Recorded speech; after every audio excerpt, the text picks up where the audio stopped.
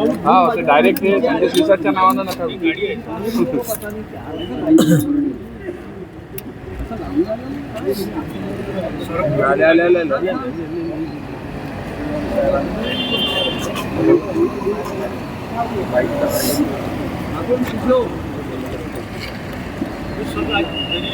उधर जाऊंगे मिला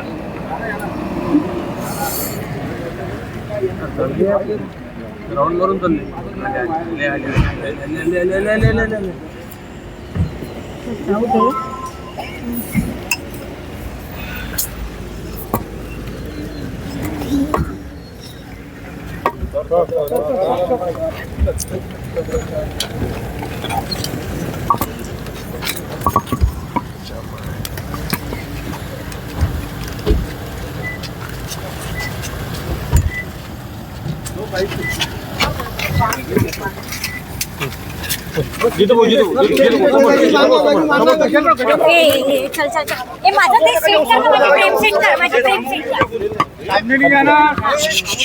भाऊ, तुम्ही आज मेडिकल आणि मेवोच्या परिसराची पाहणी केली, बांधकामाची काय स्टेटस आहे आणि दर्जेदार काम होत आहे कारण की मागच्या वेळेस तुम्ही खडसावलं होतं अधिकाऱ्यांना आणि आज एकाच दौऱ्यामध्ये 4 ठिकाणी आपण जाणार. जे काही शासकीय प्रकल्प चाललेले आहेत त्याच्यामध्ये नागपूर वैद्यकीय महाविद्यालय असेल, इंदिरा गांधी वैद्यकीय महाविद्यालय असेल किंवा नागपूरचं क्रीडा संकुल असेल, जिल्हाधिकारी विभागीय आयुक्त संकुल असेल, या सगळ्या बांधकामांना मी आज भेटी देतो आहे.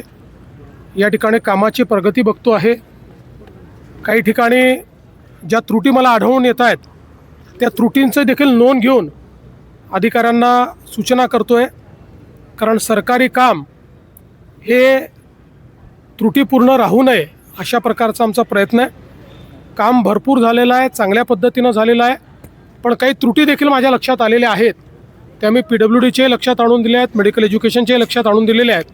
त्या त्रुटी पूर्ण करून जे पेशंट्स आहेत त्यांना दर्जेदार अशा प्रकारचा या ठिकाणी चिकित्सा मिळाली पाहिजे आणि जे कॉलेजेस आहेत त्या ठिकाणी चांगलं इन्फ्रास्ट्रक्चर आणि चांगलं शिक्षण झालं पाहिजे. अशा दोन्ही गोष्टींवर आम्ही या ठिकाणी लक्ष फोकस केलं आहे. महात्मा फुले ज्या पद्धतीनं काम सुरू आहे या हॉस्पिटलमध्ये, एका हॉस्पिटलला 4 कोटी रुपये मिळालेले आहे या हॉस्पिटलला. अशा पद्धतीनं राज्यभर अनेक ठिकाणी पैसे मिळतात, इन्शुरन्सचे पैसे महात्मा फुले योजनेतून मिळतात गव्हर्नमेंटला. मला असं वाटतं की आम्ही एक अतिशय उचित निर्णय घेतला की महात्मा फुले योजना ही आमच्या सरकारी हॉस्पिटल्सला लागू केली. कारण सरकारी हॉस्पिटल्समध्ये चांगलं इन्फ्रास्ट्रक्चर आहे, चांगले डॉक्टर्स आहेत, व्यवस्था आहेत. अशा या हॉस्पिटल्समध्ये ती लागू केल्यामुळे त्यांनाही 2 पैसे मिळत आहेत. त्यातला बहुतांश पैसा आम्ही तिथेच ठेवतो, त्यामुळे त्यांना जे काही त्यांचे रेग्युलर खर्च आहेत ते चालवण्याकरता देखील त्याचा फायदा होतो आहे. आणि मला असं वाटतं की केवळ खाजगी लोकांच्या भरोश्यावर योजना न चालवता आता शासकीय हॉस्पिटल्स त्याच्यामध्ये आल्यामुळे हॉस्पिटलची संख्या, प्रोसिजरची संख्या ही मोठ्या प्रमाणात वाढली आहे. आणि इथे नागपूरच्या या शासकीय महाविद्यालयाने यामध्ये अतिशय उत्तम काम केलं. पुढच्या निवडणुका भाजप शिवसेना वेगळा लढेल असं शिवसेनेचे 2 मंत्री म्हटलेले आहे. लोकांमध्ये संभ्रम वाटतो की यांच्यात आलबेल आहे की नाही म्हणून. कोण मंत्री म्हणाला? किरसाट आणि उदय सावंतांनी त्याला दुजोरा दिला. मला असं वाटतं की शिवसेनेमध्ये बोलण्याचा अधिकार हा केवळ एकनाथ शिंदेजींना आहे. एकनाथ शिंदेजींनी जर काही एखादं स्टेटमेंट त्या ठिकाणी दिलं तर मला तुम्ही त्याच्यावर विचारलं पाहिजे. याच्या संदर्भात तुम्हाला विचारायचं स्पोक्सपर्सनला विचारलं पाहिजे. विधानसभा में दारू पी के आए थे, ऐसा आरोप हुआ था, कैसे देखते हैं इस तरह? ठीक है, मुझे इसकी जानकारी नहीं है, लेकिन वो वीडियो जो मैंने देखा उस वीडियो में वो नॉर्मल तो नज़र नहीं आ रहे थे. चूँकि मेरे पास अभी उसकी पुख्ता जानकारी नहीं है तो उस पर पुष्टि करना ये ठीक नहीं है.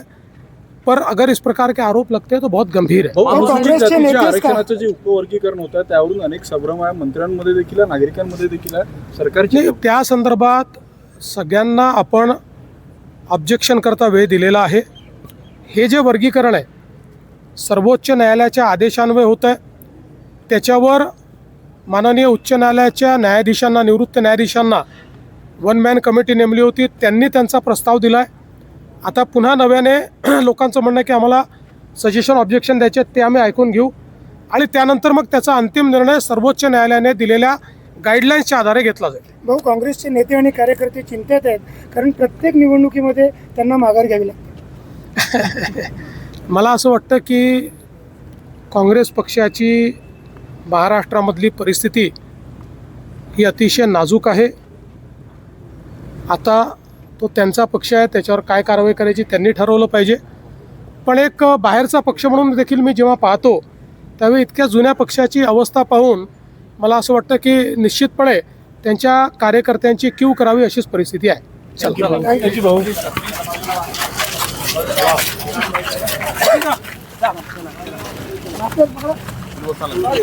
जा, जा, जा, तू.